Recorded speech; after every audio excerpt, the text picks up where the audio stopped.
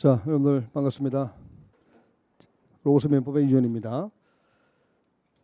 제 양력이고요, 제 책이고요. 우리가 기본 이론 과정은 책을 4권으로 하죠. 그다음에 이제 마지막에 기출 심화본부터 파이널 교재가 바로 이 시벌러의 제 7권이고요. 이게 이제 마무리 교재라고 제가 칭하겠습니다. 마무리 교재에서 거의 대부분 다 적중을 했다는 거 좀 이따가 여러분들 보게 될 거고요. 일단은 이번 시험 문제를 총평하자면 6월 25일 시행했던 그 시험 문제를 총평하자면 문제는 평이했다. 2019년과 2020년도에 대단히 어렵게 나왔던 시절들이 있었습니다.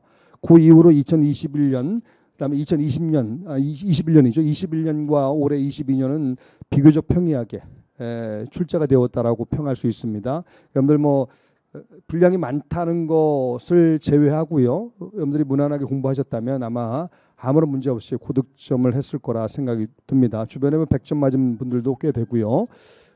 일단 단원별로 출제되었던 것을 좀 분석을 해보면 민법 총칙편에서 19년도에 6문제, 20년도에 6문제, 21년도에 5문제 나왔다가 올해는 4문제만 나왔습니다.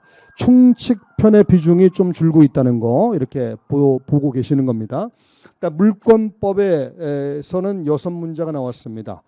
보통의 출제 패턴입니다. 보통 이제 6문제 정도 나오고요. 채권법이 아무래도 많이 나왔죠. 그래서 이제 앞으로 제가 민법을 일주일에 2번씩 강의를 하는데 하나는 민법 총칙을 강의할 것이고 하나는 채권법을 병행해서 강의를 할 겁니다. 왜?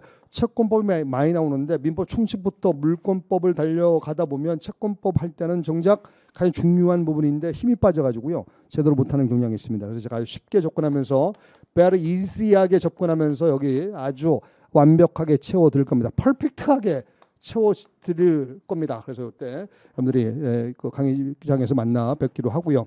그다음에 친족상수법이 이제 3문제 정도 나왔죠. 이거는 예년과 비슷합니다. 다만 친족상수법이 분량이 좀 많죠. 767조부터 1118조까지 있고요. 판례도 꽤 되고요. 이거를 공부할까 말까 고민이 많이 됩니다. 자, 저는 기본 강의 때만 강의를 해드리고요. 나머지 부분에 대해서는 물론 강의는 뭐 빠른 속도로 해드리지만 나머지는 과감하게 버려라 이렇게 말씀드릴 겁니다. 버리고 제가 2세션 과정에서 마무리 2세션 과정에서 문제로 커버를 해드릴 겁니다.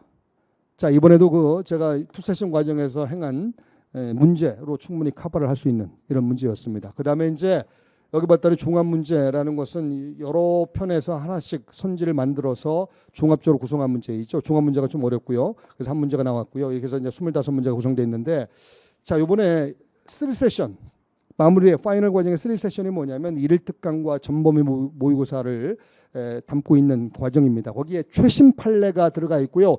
이 최신 판례가 총 7개의 지문이 나왔습니다. 민사 판례, 최신 판례 많이 나옵니다. 최신 판례를 보고 안 보고는 실전에서 그 난이도에서 엄청난 차이가 있습니다. 그래서 최신 판례도 여러분들께서 좀 생각을 하시고 신경을 쓰셔야 됩니다. 그러니까 마지막까지 3세션, 파이널 마지막 과정까지 일일특강까지 완벽하게 수강을 하시고 소화를 해야만 고득점을 한다는 걸 다시 한번 보게 되고 그걸 다시 한번 확인했던 시험인 것 같습니다.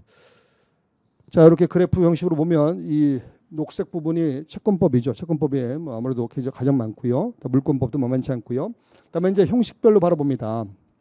조문과 판례의 비중. 법원직은 이론이죠. 이론은 나오지 않는다. 이게 법원직의 진리입니다. 법원직 시험은 이론이 거의 나오지 않는다. 거의라는 표현보다는 뭐 단 한 개도 나오지 않는다. 이렇게 표현해도 과언이 아닙니다. 다 조문과 판례로 구성되어 있고요. 자, 조문과 판례의 비중이 보통 8대2 정도 되죠. 2019년도 83대 17, 그다음에 우리 100개 지문이라고 했을 때, 그다음에 2020년에는 88개가 판례를 묻는 지문이 있었고요. 그다음에 16개가 조문을 묻는 지문. 이거 합치니까 104개인데요. 100개가 아닌데요. 박스 형식이 있었기 때문에 박스 형식은 지문이 5개, 6개 될 수 있거든요. 그래서 지문이 100개가 넘었던 거고요. 이때도 8대2 정도, 이때도 8대2. 그래서 보통 8대2의 비율로 나온다. 근데 말이죠. 2에 해당하는 이 조문 문제를 틀리시면 절대로 고득점 할 수가 없습니다. 여러분들 조문을 굉장히 중시해야 되고요. 자, 제가 강의할 때 보통 조문으로부터 판례를 끄집어내죠. 조문에서 문제가 된 것들에 대한 법원의 결론 부분이 판례거든요. 그래서 조문 따로 판례 따로 놀면 인상 따로 논다고 했죠. 그러니까 조문과 판례는 항상 연계가 돼야 되고 연동이 돼야 됩니다. 여러분 이건 명심하시고요. 항상 그렇게 공부를 하셔야 됩니다. 그래야만 이 조문을 묻는 문제이든 판례를 묻는 문제이든 다 우리가 섭렵해서 다 맞출 수 있는 겁니다. 그다음에 박스 형식의 문제가 자 올해 두 문제가 아니라 세 문제인데 이게 왜 4, 2로 돼 있죠? 자, 세 문제나 나왔습니다. 박스 형식의 문제인데 박스 형식의 선지가 4개 선지밖에 되지 않아서 박스 형식에 관한 문제가 세 문제 나왔다 하더라도 그닥 어렵지는 않았습니다.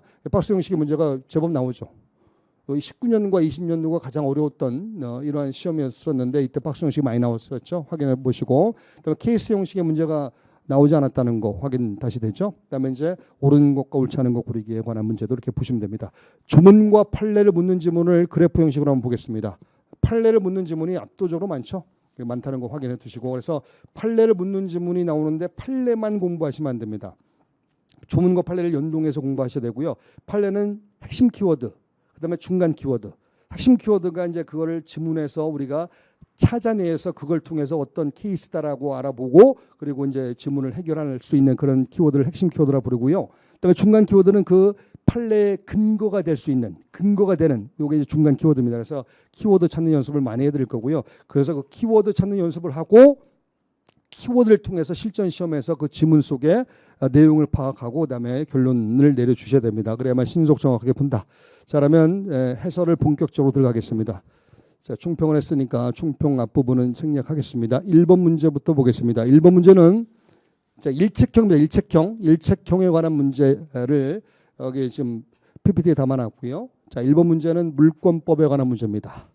주제가 주어지지 않고 다음 설명 중 옳은 것은 주제가 주어지지 않으면 뭔가 마음의 부담감이 좀 더해집니다. 그래서 좀 난이도를 상승시키기 위한 이러한 작업이지 않나라는 생각이 듭니다. 그렇지만 우리는 자신감이 있습니다. 선지를 딱 봤더니 뭐 공유물 분할 나왔죠. 그러면 물권법에 관한 문제이군. 이렇게 알아먹고 들어가면 됩니다. 자, 기억선지는 우리가 187조 뒤에 자 여기 출처 나왔죠. 이 출처를 꼭 찾아보셔야 됩니다.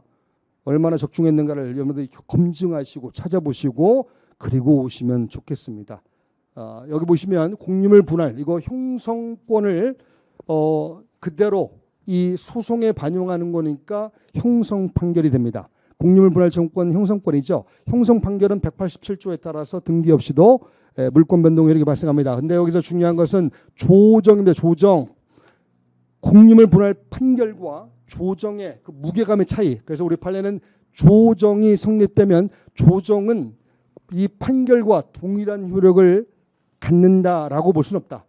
일반적으로는요 소송법에서는 동일한 효력을 갖는다고 봐요. 근데 이 187조에서만은 형성 판결만큼 그런 강력한 힘을 가지지는 않는다. 형성 판결만큼 그런 강력한 효력을 갖지 못하므로 이때는 등기가 필요하다. 그래서 등기 없이는 이거 물권 변동 효력이 발생합니까? 발생하지 않습니까? 발생하지 않는다 이겁니다. 등기가 필요하다 이겁니다. 그래서 요거 아주 중요한 판례 내용이었고요. 역시나 첫 번째 선지에 딱 등장되어졌습니다. 요거는 기출도 되었었기 때문에 아주 무난하게 이렇게 문제를 풀었을 거라 생각이 듭니다. 그래서 이거 조정이 성립한 때가 아니라 등기한 때 비로소 물권 변동 효력이 발생합니다. 어디가 틀렸는가를 딱 찾아내야 됩니다. 니은. 자, 니은은 215조에서 제가 봤죠? 설명드렸었죠. 215조 구분 소유와 관련해서 제가 설명을 드렸던 이런 판례 내용입니다. 봤더니 일부의 전유 부분만을 떼어내거나 철거하는 것은 사실상 불가능합니다. 뭐 아파트에 있습니다. 아파트에 3층만 쏙 빼가지고 철거할 수 있습니까? 다 아파트 다 무너집니다. 그래서 한 층만 쏙 빼가지고 철거하는 건 사실상 불가능합니다. 그렇지만 구분 소유자들의 전체를 상대로 이 각 전유 부분과 철거 판결을 받거나 동의를 얻는 등 전체의 동의를 얻는 등 또 전체를 상대로 각 전유 부분을 다 철거하는 등 이런 판결이 나왔다면 이때는 가능할 수 있다. 그래서 사실상 일부 전유 부분만 철거하는 것은 불가능하다 하더라도 이렇게 동의를 얻는 등 또 전체에 대해서 판결을 얻는 등 이러한 특별한 사정이 있다면 철거가 가능하다 불가능하다? 가능하다. 요 판례 최신 판례고요. 여기 있죠. 최신 판례 OX에 나왔던 겁니다. 이거 15번에서 그대로 적중했던 거 확인해 주시고요. 그다음에 디귿 선지 볼까요? 지금 1번 문제는 박스 형식의 문제입니다. 박스 형식의 문제임을 잘 보시고요. 야, 디귿 선지에는 출처가 없습니다. 저는 정직한 사람입니다. 요거는 제가 여러분들한테 강의해 드리지 않았던 그런 선지였습니다. 요거는 완전히 등기법에 관한 문제입니다. 등기법의 실무형의 판례였습니다. 이런 것까지 조목조목 공부할 수는 없습니다. 이런 것까지 공부하다가는 너무나 부담이 가중되기 때문에 이런 것들은 그냥 가볍게 치고 나가면 됩니다. 등기 신청의 접수 순위, 이게 왜 중요하냐면 여러분들 1번 저당권과 2번 저당권, 예를 들면 이거 누가 더 우선하죠? 1번 저당권이 더 우선하죠. 이와 같이 순서가 굉장히 중요합니다. 그래서 등기 신청의 접수 순서가 얼마나 중요한지요. 접수 순서에 따라서 1번 저당권이 되느냐 2번 저당권이 되느냐 싸움이기 때문에, 그래서 접수 순위가 너무나 중요하고요. 그래서 이 접수 순위에 관한 이 내용을 담은 이런 판례가 됩니다. 여기에 봤더니 여기에 등기 신청서를 받았을 때를 기준으로 한다. 요 대목을 기억을 좀 해두시고요. 등기 신청서를 받았을 때를 그 기준으로 합니다. 따라서 만약에 동일 부동산에 대해서 동시에 여러 개의 신청이 있다면 동일 접수 번호를 기재해서 동일 순위로, 자, 한순간에 같이 동시에 받았다면 동일 순위로 기재를 해야 된다라는 겁니다. 그렇다면 동일 순위로 기재가 되었다면 그들 상호 간에는 서로 간에 우열이 있다 없다? 없다가 되는 거죠. 그래서 서로 간에 자기가 먼저다라는 처분금지 효력을 서로 주장할 수 없게 됩니다. 그래서 서로 간에 우열이라는 게 있을 수 없다. 자, 이 판례는요, 깊숙하게 다루지 마시고 등기법 관련해서 나온 실무형의 판례 내용이기 때문에 가벼운 마음으로 터치해서 가면 됩니다. 자, 그다음에 리을 선지를 볼게요. 구분점포의 매매 당사자가 있고요. 자, 요거는 여기 가로 딱 칩니다. 매매 계약 당시에 그 실제 이용 현황이 집합 건물 대장 등 공부라는 건 공적 장부죠. 상형을 모르는 상태에서 가로 딱 쳐놓고요. 자, 이걸 매매 목적물 삼았다. 이때 항상 매매 목적물의 대상은 이 건축물 대장 등 이 공부상의 이 대상, 공부상의 위치와 면적에 따라 가는 겁니다. 따라서 건축물 대장의 공부상의 위치와 면적을 떠나 이곳에 따라가야 되는데 이걸 떠나 이용 현황대로 특정하여 매매한 것을 봐야 된다. 거꾸로 되어 있죠. 공부상, 공적 장부입니다.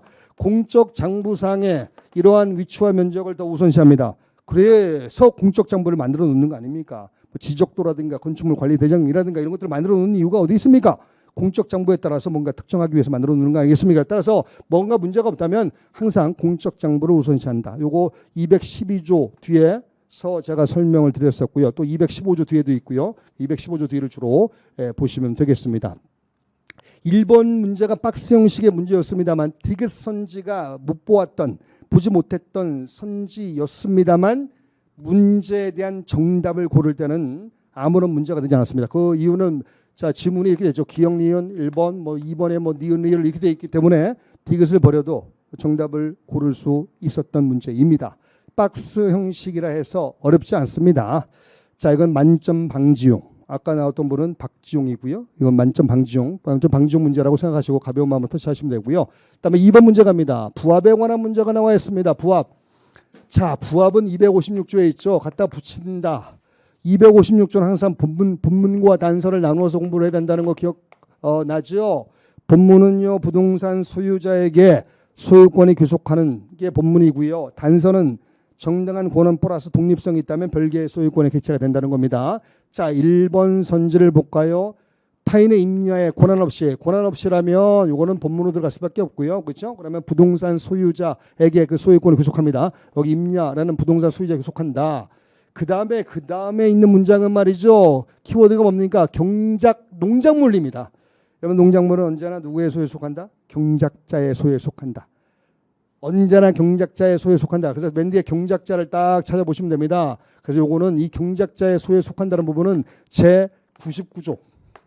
제99조에 딱 나와 있었죠. 99조 뒤에 있는 판례입니다. 여기에. 그래서 99조 뒤에 요거 딱 제가 써놨고요.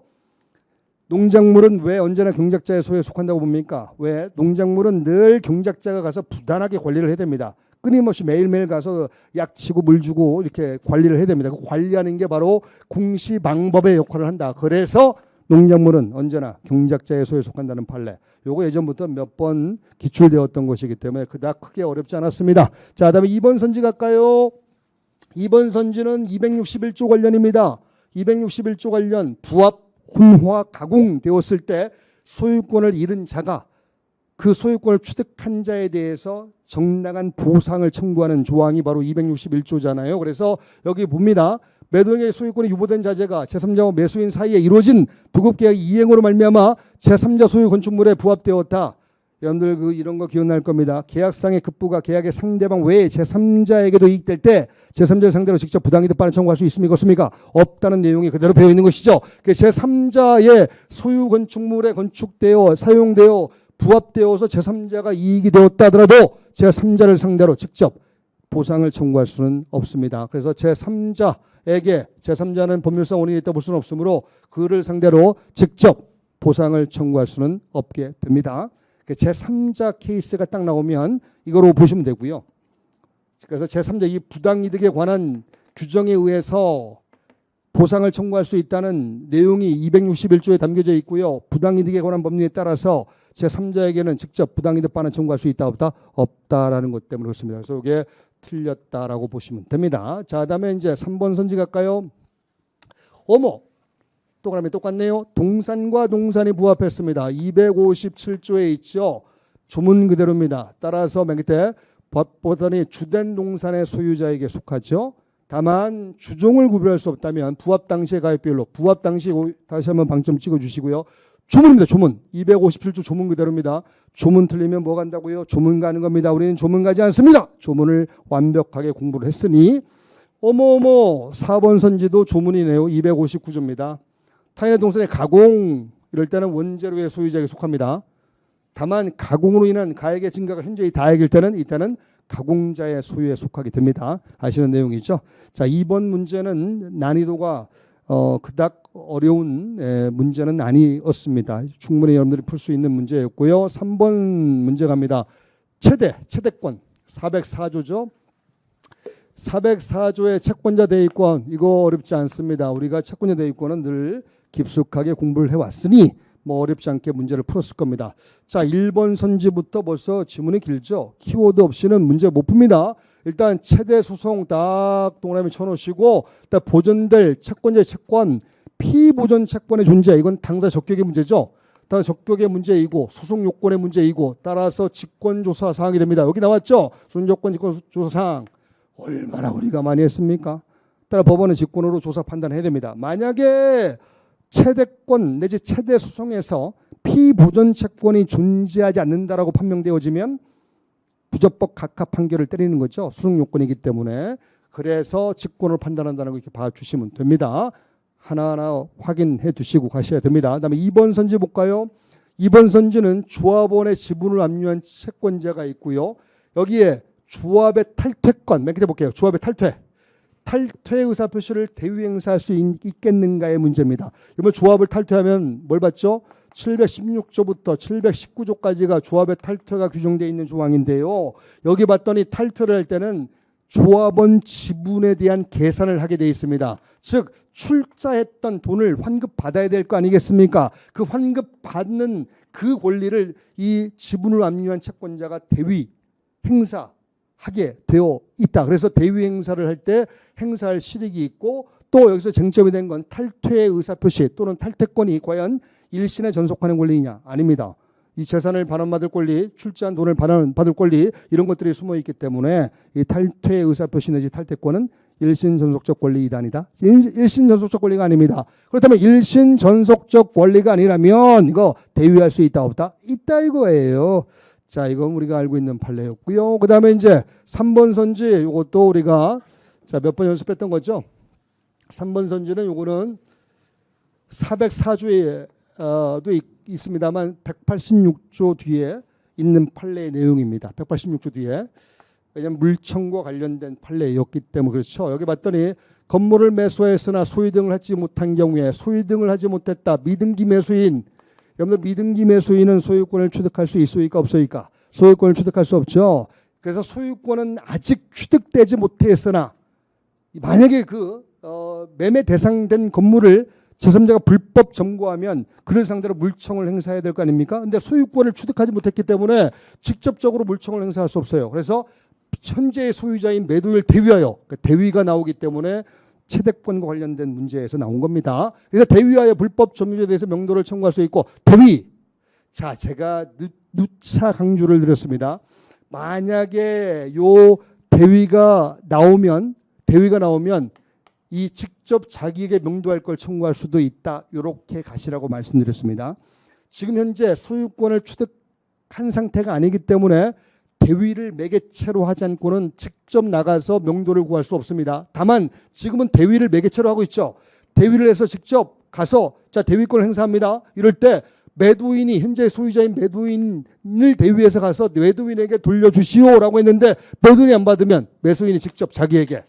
그래서 이거는 이 대위를 매개체로 해서 나오는 직접이니까 이거는 맞는 선지가 됩니다. 만약에 대위가 없이 그냥 대위 없이 직접 청구할 수 있다 하면 틀린 지문이고요. 제가 마지막에 강조를 많이 드렸던 겁니다. 이거 1일 특강 할 때 35번 OX 지문에서 강조를 많이 드렸던 내용이죠. 이렇게 봐주시면 됩니다.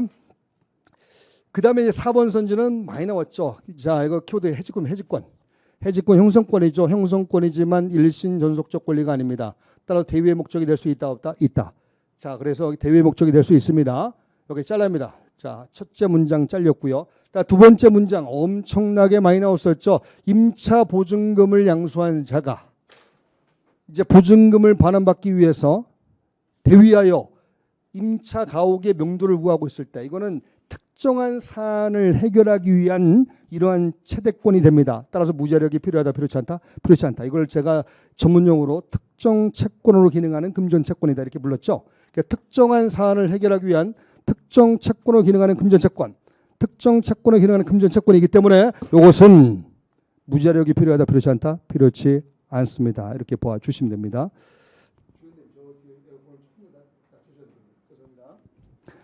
너무 더워서요. 조금 더 에어컨을 좀 낮추고 시작하겠습니다. 네, 감사합니다. 다시 볼게요. 이게 임차 보증금이라고 하는 것만 보면 금전 채권의 보전같이 보이죠. 그러나 이게 특정한 사안을 해결하기 위한 것이기 때문에 이때는 무자력이 필요하다, 필요치 않다, 필요치 않다. 엄청 나왔습니다. 어마무시하게 많이 기출된 겁니다. 뒤지게 많이 나왔습니다. 그래서 3번 문제도 어렵지 않게 문제를 풀어갈 수 있었을 겁니다. 4번 문제 볼까요? 매도인의 담보책임. 담보책임제가 나온다고 했잖아요. 판례도 많고 조문도 많고요. 담보책임은 570조부터 시작을 해서 584조까지 이렇게 있는 거죠. 그래서 제대로 공부를 좀 해두셔야 된다라고 말씀을 올렸습니다. 1번 선지를 봅니다. 여기에 출처를 잘 보시고 581조 뒤에 하자담보책임 뒤에 있죠. 하자로 인한 담보책임인데 뒤에 요게 키워드입니다. 요게 반전 키워드죠.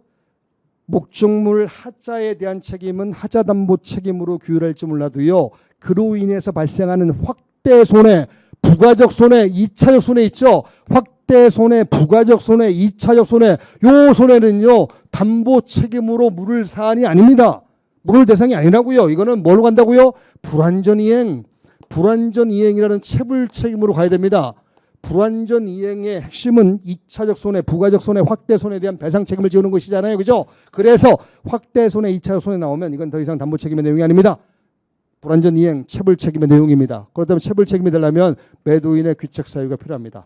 여러분 기억나죠? 담보 책임은 매도인의 귀책 사유가 필요하다, 필요치 않다, 필요치 않습니다만 이 체불 책임의 경우에는 매도인의 귀책 사유가 필요합니다. 이거 얼마나 많이 했습니까? 이거 우리가 뭐라고요? 기억이 안 난다고요? 자, 전부 다 나오면 되는 거죠. 자, 그 다음에 이제 2번 선지를 보겠습니다. 2번 선지는 뭐 앞에 선순위 근저당권의 존재, 뭐 나발이고 쭉 나왔습니다만 우리가 이런 긴 선지에서는 항상 키워드를 찾는 연습을 해야 됩니다. 여기 봤더니 낙찰자에게 아무런 고지를 하지 않았습니다. 고지하지 않고 대항력 있는 임차권이 존속하게 된다는 사실을 알지 못한 채 지급하였다. 아무런 고지를 하지 못했다. 그러면 뭔가 책임을 져야 될 거 아니겠습니까? 그래서 578조 제3항 경매와 관련된 담보책임 조항입니다. 578조가 경매와 관련된 담보책임 조항이고요. 경매와 관련된 담보책임 조항의 제3항에 보면 이거 아무런 고지하지 않았을 때 손해배상 책임을 진다는 조항이 있습니다. 그래서 이것 따라서 손배 책임이 있다 없다? 있다라고 되어 있습니다. 선지가 깁니다만 우리가 익숙하게 충분히 풀 수 있는 익숙했던 지문이기 때문에 충분히 풀 수 있던 그런 지문이었고요. 그다음에 이제 3번 선지 갈까요? 3번 선지는 574조. 이게 뭡니까? 수량 지정 매매에서 수량 부족의 문제. 이거를 다루고 있는 이런 내용입니다. 여기 봤더니 미달이 키워드 미달이라는 건 수량 부족의 문제. 수량 부족이 되면 무조건 574조에 따라 처리하는 겁니다. 오케이? 그래서 원시적 일부 불능 기억나죠?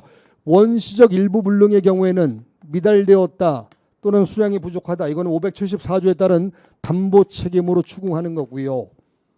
따라서 이 담보 책임으로 추궁하면 충분한 것이고 여기 봤더니 역시나 이것도 많이 기출되었기 때문에 익숙한 선제 내용이 되죠. 뒤에 볼게요. 잘라놓으시고 뒤에 봤더니 여기 부당이득 반환 청구, 그 다음에 535조에 따른 계약 체결상의 과실책임. 요거 535조에 따른 계약 체결상의 과실책임은 원시적 전부 불능일 때 나오는 거 아니겠습니까? 우리가 얼마나 많이 연습했습니까? 뒤지게 연습했죠. 그래서 원시적 전부불능의 경우에는 요거 535조에 따라서 이거는 계약 체결상의 과실책임을 간다. 따라서 영역을 달리합니다. 영역을 달리하기 때문에 원시적 일부 불능, 미달, 부족한 경우에 이쪽으로 가서는 안 됩니다. 535조로 가서는 안 된다. 이거 기억나시죠? 그래 다시 한번 보겠습니다. 미달을 찾고요. 574조에 따라서 대금 감액 청구권 등을 행사하는 것은 뭐 별로는 하고 여기 부당이득 반환 청구라든가 535조 때는 계약 체결상의 과실책임을 청구할 수 있다 없다 이겁니다. 이건 전부 불능일 때만 가는 겁니다. 이것도 여러 번 했었고요. 그다음에 4번 갑니다. 4번이 법조문제, 법조문. 제발 조문을 들지 말자. 조문 간다이. 제가 그래서 우리가 마무리 책으로 조문 판례집을 보잖아요. 1600페이지 넘는 그 기본서의 내용을 한 800페이지로 줄인 내용이고요. 조문을 자세히 보라고 조문 판례집을 만든 겁니다. 판례도 다 들어가 있고요. 여러분들 그 조문 판례집을 보는데 이 조문을 틀리면 진짜 조문 가야죠. 어떻게 해요? 봤더니 4번 선지 봤더니 여기에 채무자의 이 자력을 담보하기로 했다. 채권의 매도인의 담보 책임 579조에 있는 내용인데 이때 자 변제기에 도달하지 아니한 이거를 가로를 딱 쳤어야 됩니다. 만약에 변제기에 자 도달하지 아니한 이러한 상태에서 채무자 자력을 담보하기로 했다면 언제의 채무자 자력을 담보하기로 보는 게 합리적입니까? 당연히 변제기에. 변제기 아직 변제기 이르지 않았기 때문에 변제기. 그래서 매매 계약 당시가 아니라 변제기로 보는 것이 합리적이죠. 579조 제2항에 규정되어 있습니다. 5번 문제 갈까요? 공유. 제가 얼굴이 공유와 비슷하게 생겼죠? 뭐라고요? 아니라고요? 저도 압니다. 저의 얼굴을 제가 아니까요. 미친놈이라고 하지 마시고요. 공유나 준공유, 공유는 262조부터 나와 있고요. 그래서 이제 이 이하에 있는 종류에 관한 문제, 물권법에 관한 문제 있죠. 자, 1번 선지를 봤더니 벌써 갑을 공유 이런 부분이 나오기 때문에 여러분들이 이거 케이스 형식의 문제가 아니야? 좀 어려운 걸 이렇게 생각하실지 몰라도요. 판례를 그대로 인용하다가 그냥 갑을만 붙여놓은 겁니다. 그래서 두려워하지 마시라고요. 여기에 갑의 지분 위에 저당권 설정. 자, 요겁니다. 요게 갑과 을의 이게 주로 이제 구분 소유적 공유 케이스였었는데요. 이렇게 요 갑의 지분 여기 을의 지분이라고 보고 여기에 A라는 저당권자가 저당권을 이 갑의 지분 위에 저당권을 설정했다고요. 그러다가 갑과 을이 나중에 공유를 분할을 했어요. 딱 분할하면 A라는 사람의 저당권은 오직 갑의 그 특정 분할로 받은 갑의 특정 부분에 대해서만 미치느냐? 그렇게 봐서는 안 됩니다. 저당권자가 최초에 들어올 당시에는 공유였죠. 공유였다면 이 A라는 저당권자는 이 특정 부분만 바라보는 것이 아니라 전체 공유 토지의 전체를 다 바라보고 들어온 겁니다. 다만 갑의 2분의 1 지분 범위 내에서만 바라봤을 뿐입니다. 따라서 이 공유 토지 공유물 전체에 대해서 바라봤기 때문에 나중에 갑과 을이 둘이 분할을 했다 하더라도 얘의 그런 당초의 의사를 배반해서는 안 됩니다. 따라서 이 당초의 저당권자의 의사를 지켜주기 위해서 요 갑이 취득한 특정 부분에 집중되지 않고 여기도 여전히 2분의 1 지분 범위 내에서 계속 존속하도록 합니다. 따라서 당연히 집중되는 것이 아니다. 갑 앞으로 분할된 부분에 당연히 집중되는 게 아닙니다. 여전히 을 앞으로 을 쪽에 분할된 부분에도 갑의 2분의 1 지분 범위 내에서는 저당권의 이렇게 미친다가 됩니다. 아주 유명한 판례고요. 요거 263조 구분 소유 저 공유 뒤에 판례에서 나오고 있는 선지의 내용입니다. 자, 그다음에 2번 선지 볼까요? 2번 선지는 저 뒤에 564조 매매 예약. 예약일 때 예약 완결권 있죠. 예약 완결권이 형성권입니다만 자, 이것과 관련된 내용이고요. 여기에 키워드를 잡아볼게요. 복수의 채권자가 채권을 담보하기 위해서 가등기를 설정했습니다. 이때 가등기를 설정했을 때 이 청구권 보존의 가등기 있죠. 이때 이 관계가 이 복수의 채권자들 사이에서 합유적 관계로 갖고 있는 경우도 있고 공유적 관계로 갖고 있는 경우도 있고 그래서 공유적 관계로 뭐 특별한 사정이 없다면 단독으로 가등기에 대한 본등기를 청구할 수 있다. 아마 이런 판례를 여러분들 기억하고 계실 겁니다. 그래서 그렇게 풀어가면 됩니다. 그래서 여기에 보면 자, 일반적으로 준공유하는 관계로 보자. 그래서 결론적으로 단독으로 청구할 수 있다 없다? 있다로 보자. 그래서 여기 봤더니 필요적 공동소송으로 복수 채권자 전원이 소를 제기할 것 아니고요. 여러분 기억나죠? 공유에 관한 내용은 통상 공동소송이 됩니다. 단독으로 소를 제기할 수 있다 없다? 있다. 기억나시죠? 만약에 합유라면 준합유 내지 합유라면 단독으로 나갈 수가 없습니다. 단독으로 소송을 제기할 수가 없다고요. 필수적 공동소송으로 갈 수밖에 없습니다만 지금은 준공유하는 관계로 본다면 일반적인 관계로 본다면 일단은 단독으로 나가서 가등기에게 모든 걸 청구할 수 있다 없다? 있다가 됩니다. 알겠죠? 그래서 이 부분을 틀렸습니다. 난이도는 상급에 해당하는 선지입니다. 그다음에 3번 선지의 내용을 볼까요? 야, 지문이 이렇게 미친 듯이 깁니다. 미친 듯이 긴 이런 지문을 풀 때는요. 키워드 없이는 못 풉니다. 이걸 어떻게 풀어요? 자, 펜을 갖다 대기 시작합니다. 이렇게 갖다 대기 시작해서 쭉 나갑니다. 나갔더니 저당권의 준공유자들이 있고 이렇게 나갔을 때 얘네들의 지분 비율을 따져보자. 저당권을 준공유할 때 이들의 지분 비율은 저당권의 피담보 채권 액수의 비율로 가는 게 가장 합리적이죠. 그래서 저당권의 피담보 채권 액수의 비율로 가면 됩니다. 어디 있냐? 피담보 채권 액수 여기 있죠. 각자의 채권액 비율 이게 바로 피담보 채권. 피담보 채권액의 비율로 가자. 이것이 가장 합리적인 해결책이죠. 그래서 맞는 선지가 되고요. 자, 이런 선지 긴 선지를 이 3번 선지와 같은 긴 선지를 다 읽으면요. 5분 남았습니다. 들어갑니다. 시험 종료하겠습니다. 들어갑니다. 그래서 이런 선지는 다 읽지 말고 키워드 딱 잡고 중략하고 맨 끝으로 가서 문제를 풀어야 됩니다. 자, 그다음에 4번 선지는 아주 익숙한 선지죠. 267조에 나와 있었던 공유 지분의 포기. 여러분 포기는 말이죠. 단독행위입니다. 법률행위입니다. 법률행위 단독행위라면 186조에 따라서 등기가 필요합니다. 등기가 필요하죠. 등기가 필요합니다. 따라서 등기 없이는 지분 포기의 효력이 발생하지 않습니다. 그래서 여기 쭉 나왔죠. 이로써 곧바로 공유지분 포기에 따른 물권 변동 효력이 발생하는 게 아니다. 뭐가 필요하다고요? 등기가 필요합니다. 등기. 그래서 등기 나와 있죠. 등기가 필요하다는 거 이렇게 확인을 해 주시면 됩니다. 이런 거 키워드 등기해야 됩니다.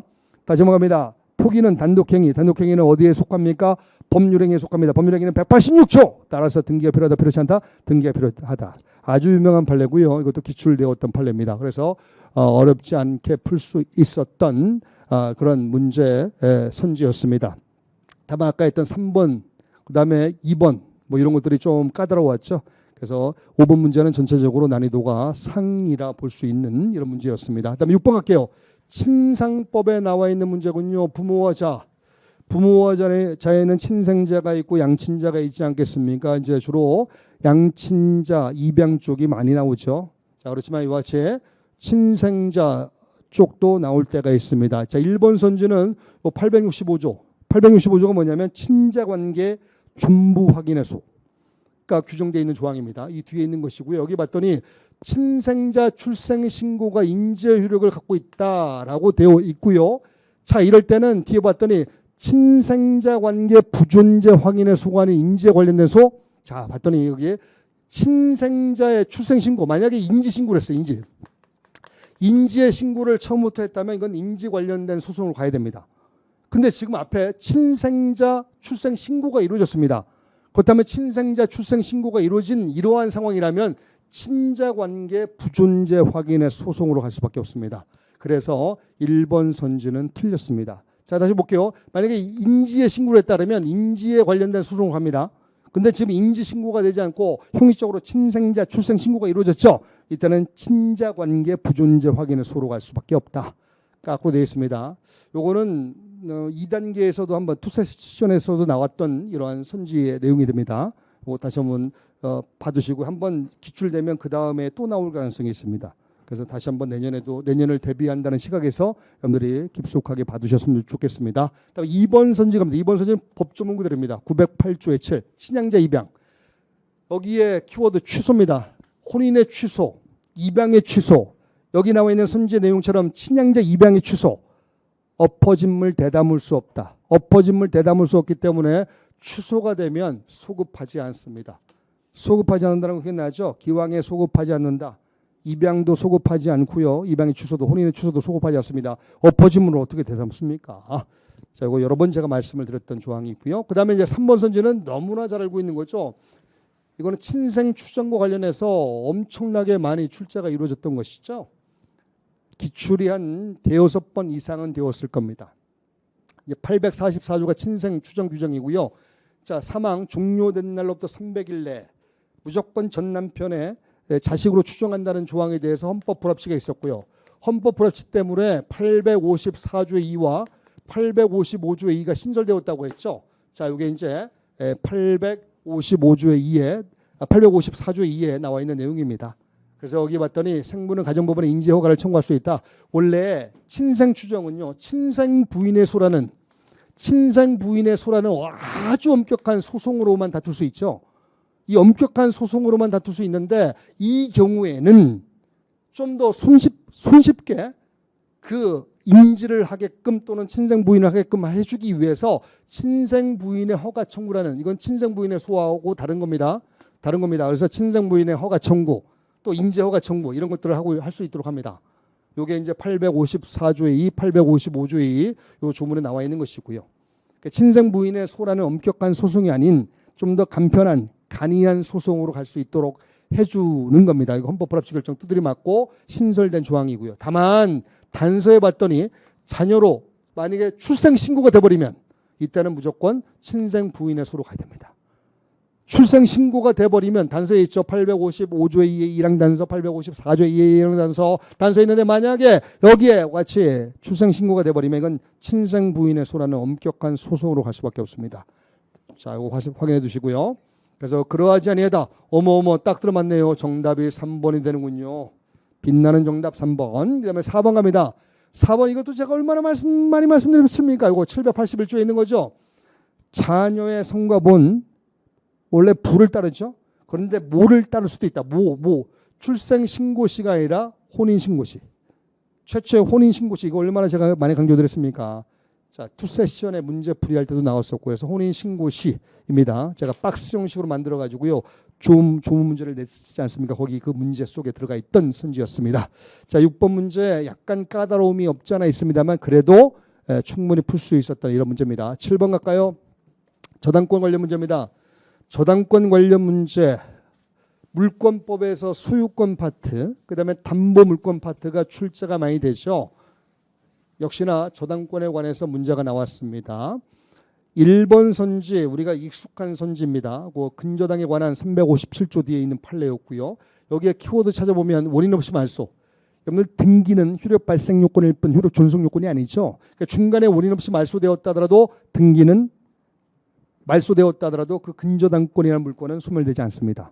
등기는 효력 존속 요건이 아니기 때문에 등기가 말소되었다 하더라도 근저당권이 소멸되는 거 아닙니다. 딱 잘라놓으시고 자르는 연습 해야 됩니다. 또람치는 연습, 잘라가는 연습. 근데 경매가 진행되었습니다. 경매 절차에 매각 허가 결정 확정되고 매각 대금이 완납했습니다. 그러면 저당권은 소멸주의에 따라서 싹 소멸합니다. 저당권은 배당만 받도록 하고요. 모든 저당권은 다 소멸되죠. 그걸 우리가 이른바 소멸주의라 부르고요. 소멸주의에 따라서 저당권은 이제는 소멸될 수밖에 없다. 이 문장까지만 보면 소멸되는 게 아니지만 경매 절차가 진행되었기 때문에 소멸주의가 작동되어서 소멸된다. 이렇게 가는 겁니다. 잘라가는 연습을 하시고요. 그다음에 2번 선지 볼까요? 이거 368조 물권법에서 가장 어려운 가장 the best difficult한 이러한 내용이 바로 368조의 공동저당의 문제이죠. 자, 이 공동저당의 문제인데 공동저당은 각 부동산의 경매대가에 비례한데 이걸 책임을 안분한다라고 표현하죠. 책임을 안분하기 위해서 이러한 조항을 두고 있는 겁니다. 경매대가에 비례하여 선순위의 공동저당권자는 받아가시오. 그래야만 후순위 저당권자도 자 남아떨어지는 콩고물이라도 먹을 거 아니겠습니까? 그래서 이걸 철저하게 분담을 정하도록 분담이라는 표현이 있죠. 분담을 정하도록 하는데 이걸 전문용어로 책임 안분한다, 책임 분담한다라고 표현합니다. 여기에 자 뒤에 볼게요. 저당을 추가할 수 있는데 추가되기 전에 기존의 저당물에 관해서 후순위 저당권이 설정된 경우에도 자 마찬가지로 그대로 적용됩니다. 따라서 지금 이 368조 1항에 따른 이러한 이 경매 대가에 비례해서 받아간다는 책임 안분 이런 내용은 밑에 있는 그 후단부에 있는 내용에서도 그대로 적용된다는 겁니다. 이렇게 보시면 되고요. 그다음에 이제 3번 선지 갈까요? 3번 선지도 우리가 얼마나 많이 했게요? 물상대위에 관한 문제죠. 342조 관련해서 물상대위 물대 기억나죠? 물상대위 자 저당권 나오고요. 그다음 멸시멸손 이게 두 가지 딱 동그라미 치면서 가야 됩니다. 그러면 물상대위 문제고요. 물상대위는 재산이 섞이기 전에 이 특정 작업을 해야 되죠. 그래서 특정하기 위해서 압류를 해야 됩니다. 압류. 이게 압류가 키워드죠.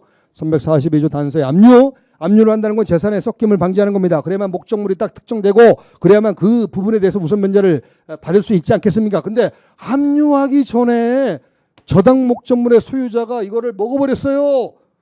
저당 목적물의 소유자 나빠요. 배드.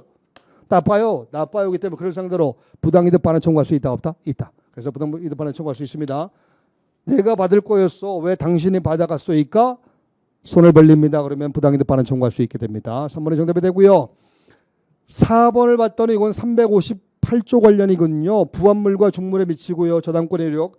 부합물은 갖다 붙인다. 독립성이 없는 것이고 종물은 독립성이 있는 것이고. 자, 여기 봤더니 이 키워드가 뭐냐? 별개의 독립된 건물. 이게 키워드입니다. 여러분들 별개의 독립된 건물은 부합물이 아닙니다. 독립인데 무슨 부합입니까? 종물 아닙니다. 별개니까.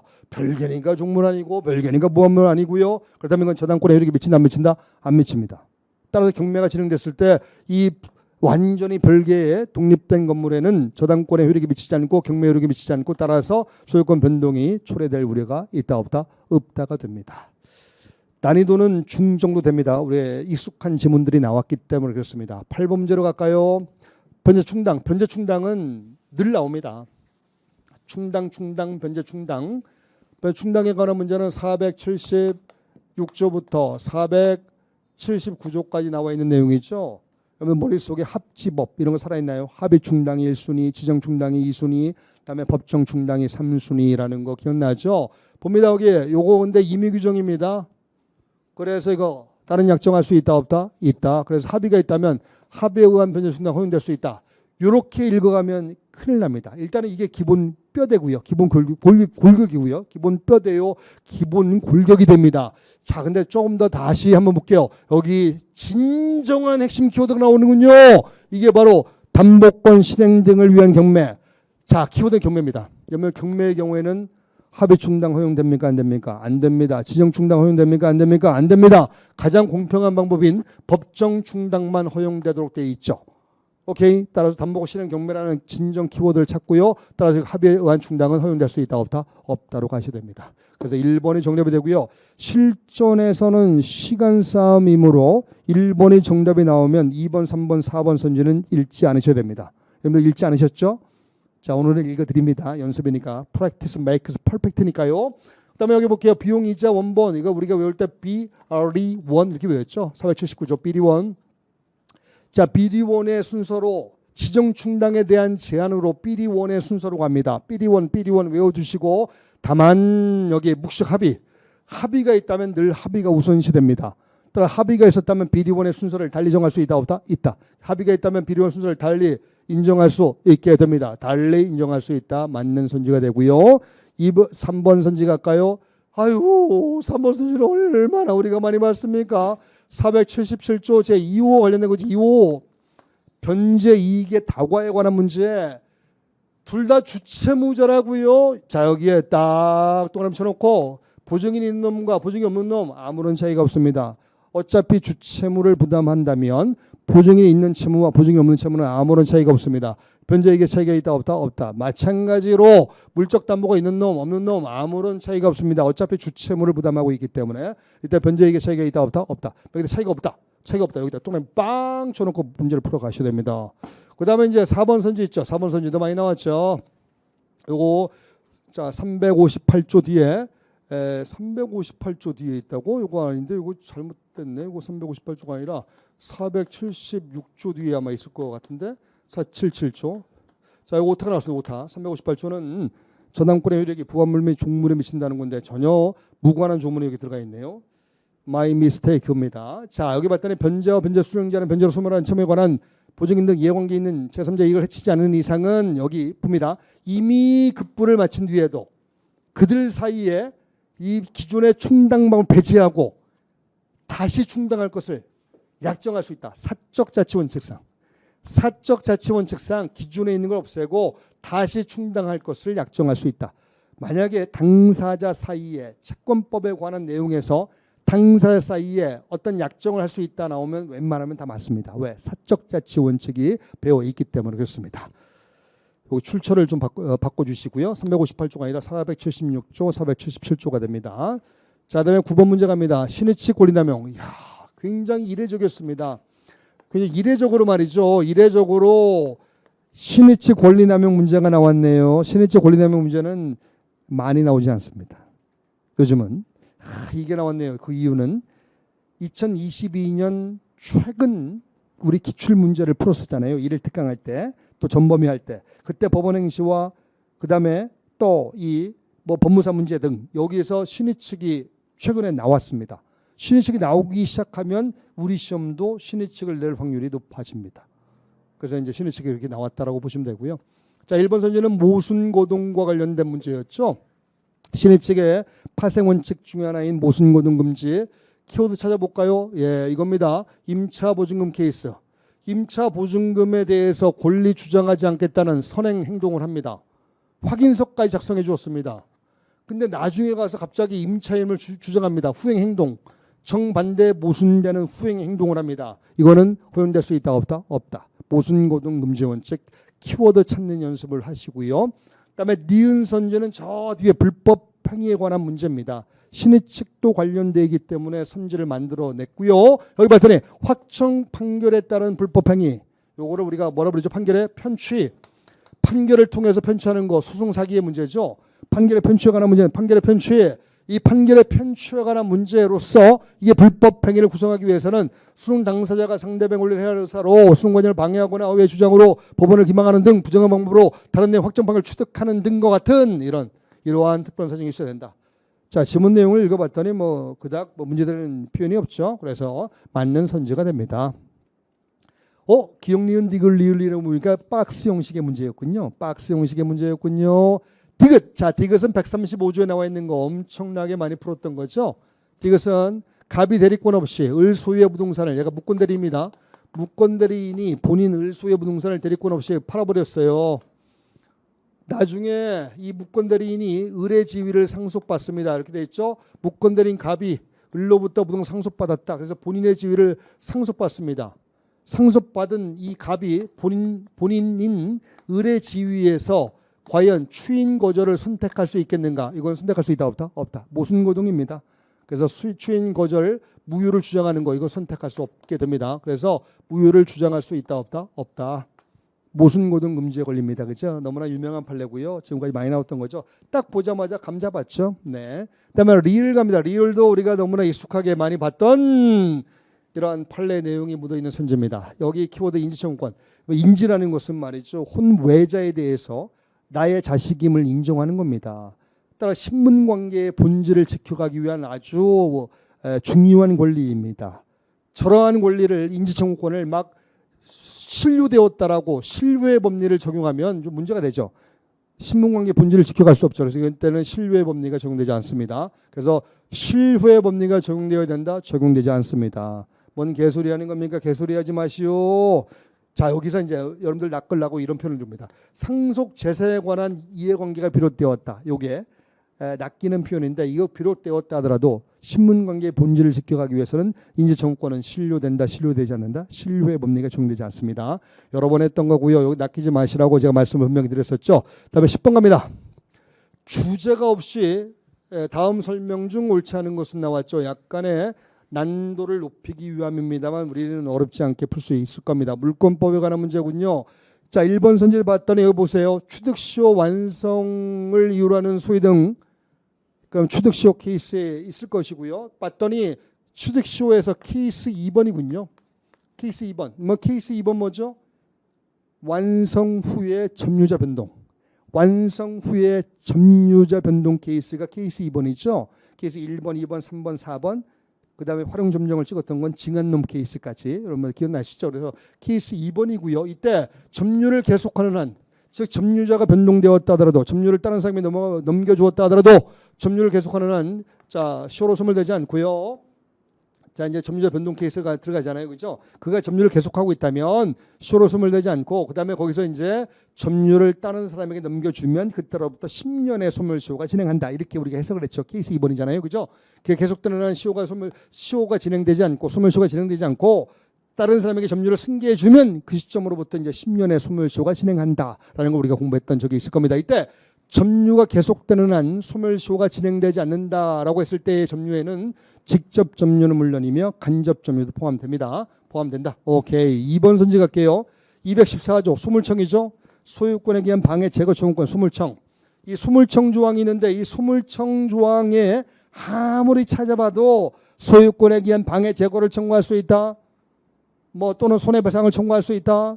또 예방을 청구할 수 있다. 또는 손해배상의 담보를 청구할 수 있다만 돼 있지 비용에 관해서는 그 어디에도 규정되어 있지 않습니다. 214조 소물청 조항에 비용에 관해서는 그 어디에도 규정이 없다고요. 따라서 비용에 관해서 청구할 수 있다 없다? 없다 이겁니다. 비용에 관해서는 214조에 전혀 규정한 바가 없기 때문에 이 조항에 따라서 비용 청구할 수 있다 없다? 없다. 이것도 우리가 여러 번 연습했던 것이고요. 3번 선지 갈까요? 이것도 얼마나 그렇게 연습을 많이 했습니까? 427조에 나와 있는 이 부진적 연대, 이 부진적 연대 채무와 관련된 내용이었지 않겠습니까? 아주 많이 우리가 풀어갔었고요. 자, 이거 볼게요. 제가 이렇게 말씀드렸죠. 요 직접 점유와 간접 점유를 가로를 딱 치고요. 가로를 딱 쳐놓고 여러 사람이 부당이득 반환 의무를 부담하면 이건 불가분 채무로 봐야 됩니다. 직접 점유와 간접 점유라는 표현 없이 여러 사람이 타인의 물건을 무단 사용함으로써 그들이 부담하게 되는 부당이득 반환 채무는 411조에 나와 있는 불가분 채무가 됩니다. 근데 여기에 만약에 직접 점유와 간접 점유자가 나오게 되면 이거는 마치 사용관계에 있는 것과 다를 바 없고 그래서 이건 다시 부진적 연대가 된다. 이렇게 말씀드렸죠. 키워드 이거 찾아야 됩니다. 이거 직접 점유자, 간접 점유자 찾고요. 이거 뭐로 갑니까? 부진적 연대로 가야 됩니다. 저 표현이 없으면 불가분, 저런 표현이 있으면 부진적 연대로 가야 됩니다. 다시 한번 확인해 두시고요. 4번 선지 가자고요. 요거 소유권에 대한 방해 제거 청구 214조에 있습니다. 소물청. 자, 이것에 기해서 건물 점유자에 대해서는 나가시오. 건물 소유자에 대해서는 철거하시오. 건물 점유자에 대해서는 나가시오라고 청구할 수 있는 것이고요. 이때 이 건물의 점유자가 임차권이 있다 또는 유치권이 있다 하더라도 대항력을 갖고 있다 하더라도 달라지지 않습니다. 왜? 자, 이거는 그림을 이렇게 그렸던 거 기억날 겁니다. 지금 토지 소유자가 갑이에요. 앞에 주어를 봐요. 주어. 토지 소유자는 이렇게 돼 있죠. 주어를 딱 봤더니 토지 소유자는 이라고 되어 있습니다. 여기 불법 건축물이 올라가 있다고요. 을 소유에. 그 다음에 이게 병이 이제 임차인으로서 들어와서 살고 있습니다. 갑이 불법 건축물이니 너 빨리 철거하시오. 그러니까 너는 나가시오. 라고 했을 때 병이 대항할 수 있겠는가? 병은 을에 대해서만 또는 건물의 양수인에 대해서만 대항할 수 있을 뿐이지 토지 소유자에게 대항할 수 있는 근거가 뭐가 있습니까? 달라지지 않는다 이렇게 보시면 됩니다. 자, 10번도 문제가 그닥 어렵지는 않았던 문제였습니다. 11번 갈까요? 유치권. 자, 유치하죠. 유치권은 320조부터 328조까지 320조부터 328조까지 나와 있는 것이잖아요. 1번 선지는 우리가 아주 여러 번 했던 거잖아요. 뭐 채무 초과 상태에 빠져 있다 이런 거 나오면 채취와 관련되죠. 채권의 추속권과 관련되는데 얘는 채취의 문제는 아니고요. 자, 재정적 지위에 있는 취약한 재정적 지위에 있는 자가 키워드 찾아볼게요. 의도적으로 유치권의 승용권을 충족하는 내용의 거래를 일으켰습니까? 의도적으로? 이거는 뭔가 냄새가 나죠. 이거는 유치권의 남용입니다. 따라서 유치권의 남용이므로 권리남용으로서 허용되지 않습니다. 의도적으로 유치권의 승용권을 충족시키는 행위를 일으켰기 때문에 320조의 요건을 갖추는 이런 행동을 했다 하더라도 이건 의도적으로 이렇게 했기 때문에 이건 남용이 된 겁니다. 따라서 이건 허용됩니까? 허용되지 않습니까? 허용되지 않습니다. 2번 선지 볼까요? 자, 가로가 얼추 맞네요. 대금을 다 지급받지 않은 상태에서 라고 되어 있고, 자, 키워드는 이겁니다. 매매 대금 채권, 이거 유치권에 성립할 수 있다 없다? 없습니다. 왜? 유치권은 물건에 관하여 생긴 채권입니다. 320조에 보면 물건이나 유가증권에 관하여 생긴 채권이라고 되어 있죠. 이 관하여라는 의미가 뭡니까? 관하여. 이 관하여라는 의미는 뭡니까? 결련성. 목적물과의 결련성이 있어야 됩니다. 그래서 비용상환 청구권이랄지 또는 수선대금 청구권이랄지 또는 도급에서 수급인의 보수 채권이랄지 이런 것들만 되죠. 매매대금 채권은 유치권의 피담보 채권이 될 수 있다 없다? 없다 이겁니다. 없다 이거예요. 그래서 2번 선지 틀렸고요. 정답이 2번이 되는군요. 그 다음에 3번. 야, 요거 초심팔레 오겠습니다. 538번 딱 찾아보세요. 검증해야 됩니다. 검증하지 않고는 제 말을 믿어서는 안 됩니다. 검증을 해야 됩니다. OX다 여기에 봤더니 327조 관련이고요. 상당한 담보를 제공하고 유치권의 소멸을 청구할 수 있다. 상당한 담보를 제공하는데 여기 봤더니 유치물의 가액이 피담보 채권액보다 많을 경우에는 피담보 채권액에 해당하는 담보를 제공하면 되고 적을 경우에는 유치물의 가액에 해당하는 담보를 제공하면 된다. 이걸 생각하면요. 이거 아무것도 아닙니다. 한번 생각해 볼까요? 내가 시계를 맡겨서 이제 시계를 유치권을 당했습니다. 그래서 시계를 좀 찾아올 수 없는 상황입니다. 그러면 딸은 이 담보를 제공하고 시계 맡겨두었던 시계를 찾아오려 하는 겁니다. 그렇다면 그런 차원에서 찾아보면 유치물의 가액이 피담보 채권을 많을 경우에 첫 번째 경우수, 그 다음에 두 번째 경우수, 유치물의 가액이 피담보 채권이 적을 경우에 두 번째 경우수. 유치권자 입장에서는 어떻게 리액션할 것인가를 생각해 보면 아주 간단하게 들어올 겁니다. 자, 4번 선지 갈까요? 4번 선지 봤더니 여기에 건축 자재를 공급했습니다. 건축 자재 대금 채권. 그러면 건축 자재 대금 채권은 이퀄 매매 대금 채권하고 똑같습니다. 왜? 자재 대금. 자재를 팔았어요. 매매 대금. 매매 대금 채권에 관해서는 유치권이 성립한다 안 한다? 성립하지 않습니다. 그래서 유치권이 성립할 수가 없습니다. 그래서 없다. 없다를 잘 찾아봐야 됩니다. 이렇게 보시면 되고요. 그다음에 12번 문제 갈까요? 소비대차. 소비대차는 598조부터 608조까지 있죠. 598조부터 608조까지. 598조부터 608조까지 있어요. 이거를 한번 소비대차에 관한 문제 풀어보자고요. 1번은 조문 그대로입니다. 조문 문제 틀리면 조문 간다고요. 우리는 조문 안 간다고요. 조문 맙니다. 여기 자, 키워드는 파산 선고 받았습니다. 제가 얼마나 강조드렸던 조문입니까? 파산 선고를 받았을 때 유일하게 실효. 다른 쪽에는요 해지라는 표현이 되어 있는 반면 여기만 유일하게 실효. 이걸 찾아오고 표로 잃는다. 요것을 바꿔놨으면 좀 더 좋았을 걸. 안 바꿨군요. 요거는 뭐 맞는 선지가 됩니다. 조문 그대로고요. 자, 2번 선지. 이것도 최신 판례군요. 제가 이제 동의양 할 때 말씀드렸던 겁니다. 동의양 할 때 보면 불안해 항변권이 있죠. 내가 선의행 의무를 지고 있지만 저놈도 뭔가 지금 잘못된 상황에 있어서 내가 먼저 턱하니 이행했다가는 나중에 저놈도 못 받을 것 같아요. 이럴 때는 내가 거절할 수 있다. 요겁니다. 키워드 찾는 거는 뭐 신용불안 등을 이유로 뭐 이런 것들이 아마 들어가 있을 겁니다. 그렇죠. 신용불안 등을 이유로 이런 것들이 있다면 내가 거절할 수 있다 없다? 있다. 그래서 536조 제2항에 나와 있는 불안해 항변권과 관련된 내용이 됩니다. 자, 그다음에 3번 선지 갈까요?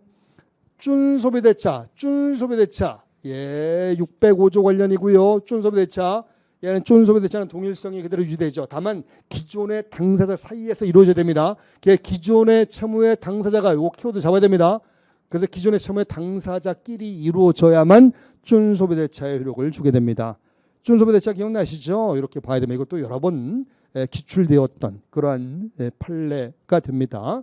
그 다음에 4번 선제. 이거는 뭐 수십 번 기출되었고요. 세보지 마세요. 또 수십 번 세가지고 또 아니라고 해서 뭐 수십 번 아닌데 너무 거짓말 시켰냐 이렇게 하지 말고요. 자, 여기 봤더니 여기에 키워드는 뭐예요? 경계로 볼 것인가? 준소비대차로 볼 것인가? 여러분 기억나죠? 경계는 동일성이 있으니까 없으니까? 없습니다. 그러나 준소비대차는 동일성이 있다. 그러니까 동일성이 있는 것으로 볼 것인가? 없는 것으로 볼 것인가? 동일성이 있는 것으로 보는 게 좋죠. 그럼 뭐로 보자? 경계로 본다가 아니라 준소비대차로 본다. 이거 알죠? 네, 여러분들 표정이 밝아졌군요. 잘 아시는 내용이 나오니까. 그다음에 상속. 자, 상속에 관한 문제인데 요거요.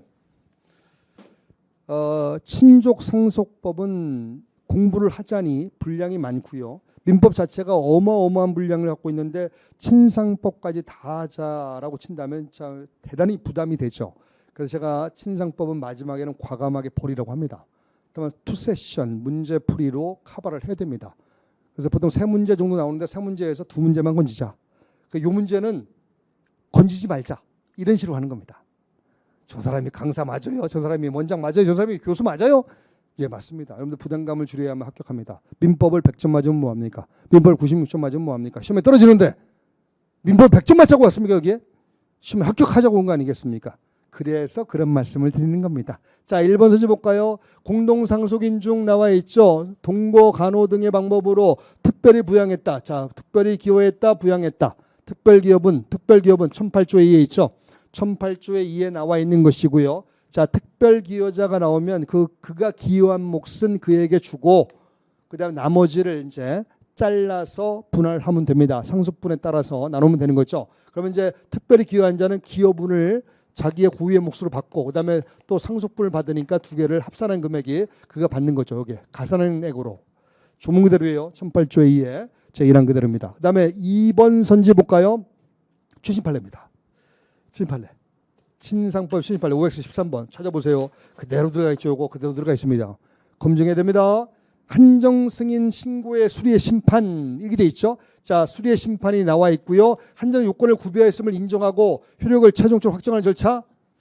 자, 이거 최종적으로 확정하는 절차입니다. 수리의 심판은 말 그대로 수리하는 겁니다. 접수를 받아들이는 거. 접수를 받아들이다. 수리하다. 접수를 받아들이는 심판에 불과합니다. 뒤에 가서 실체에 관한 판단은 따로 해야 됩니다. 따라서 민사소송으로 다툴 수 있습니다. 뒤에 가서 민사소송으로 충분히 다툴 수 있다. 자, 이거는 조금 어려웠습니다만 그래도 여러분들이 풀어갈 수 있어야 됩니다. 물론 1번에서 정답이 나왔지만 자, 다음에 3번 선지 갈까요? 3번 선지도 이제 1019조 상속의 승인 포기 한정 승인 상속 개시 있음을 안 날로부터 3개월 내에 하게 돼 있지 않겠습니까? 근데 상속인이 미성년자입니다. 미성년자. 여러분들 이거 아까 했죠? 상속이 개시 있음을 안 날로부터 3개월. 이걸 무슨 기간에 부르냐면 제척기간. 상속 개시 있음을 안 날로부터 3개월. 무슨 기간에 부르죠? 그러면 제척기간 나오면 머릿속에 맴도는 게 뭐예요? 빨리. 뭘 빨리 진행하라고요? 그 조속한 확정, 빨리 신속한 확정입니다. 그 3개월 지나가면 다시는 딴소리 하지 못하도록 하는 것이 바로 제척기간의 취지잖아요. 여기에 애가 미성년인데 법정 대리인이 특별히 한정 승인하지 않아서 이게 도과가 된 겁니다. 나중에 이제 미성년자가 성년이 된 뒤에 이 사실을 알고 얘가 3개월 내에 다시 특별 한정 승인을 할 수 있겠는가? 미성년자만 바라보면 미성년자를 보호하기 위해서 특별 한정 승인을 할 수 있도록 해야 될 겁니다. 그렇지만 제척기간의 취지가 강하게 배어 있습니다. 제척기간의 취지가 강하게 배어 있기 때문에 이제 3개월 지나가면 뒤에 가서는 절대 딴소리 하지 말라. 네가 성년이 되었다고? 성년이 되었다 하더라도 너의 법정 대리인이 못한 거는 못한 거예요. 딴소리 하지 말라라고 하는 겁니다. 자, 보시면 되고요. 이거 최신 판례고요. 제가 강조를 많이 들었었죠. 그다음에 4번 선지는 아주 유명한 보편적인 출제가 많이 되었던 선지죠. 사인 증여에 관해서는 유증에 관한 규정을 준용하죠. 562조입니다. 그러나 양자의 차이점이 있죠. 사인 증여는 계약이요, 유증은 유언이라는 단독행위입니다. 양자 차이점이 있기 때문에 모든 조항들이 다 준용되지는 않습니다. 특히 포괄적 이 유증을 받은 자의 1078조. 1078조가 뭐냐면 포괄적 유증을 받은 자는 상속인과 동일한 권리 의무가 있다는 조항입니다. 이것마저도 포괄적 사인 증여에 준용된다 이렇게 봐서는 안 됩니다. 증여와 유증의 본질적 차이로 말미암아 자, 친족 상속법에 관한 문제이기 때문에 마음의 부담감은 있을지라도요. 문제는 뭐 쉽게라는 표현은 좀 그렇고 어렵지 않게 풀 수 있었을 겁니다. 자, 그다음에 14번 문제 갈게요. 불법행위 책임의 문제로 가볼까요? 1번 선지는 유명한 선지죠. 758조 공작물의 설치 보존의 하자로 인한 책임 758조 관련이고요. 여기 봤더니 설치 보존상의 하자가 있고요.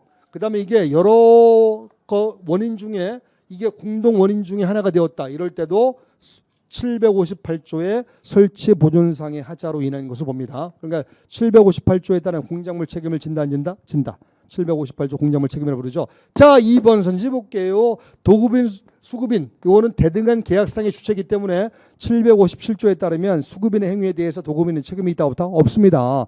대등한 계약상의 주체끼리 무슨 책임을 집니까? 그렇지만 여기에 키워드 있죠. 노무도급 있어요. 노무도급은 지휘감독이 이루어집니다.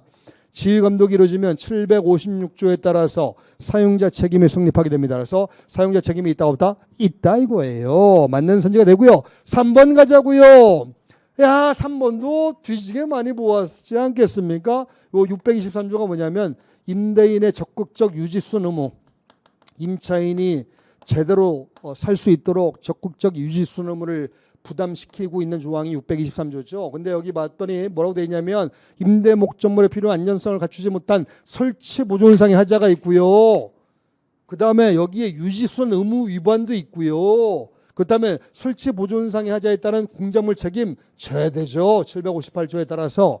그 다음에 수선 의무 위반에 따른 이 처벌 책임도 져야 되죠. 양자가 경합합니다. 두 개의 책임이 경합한다.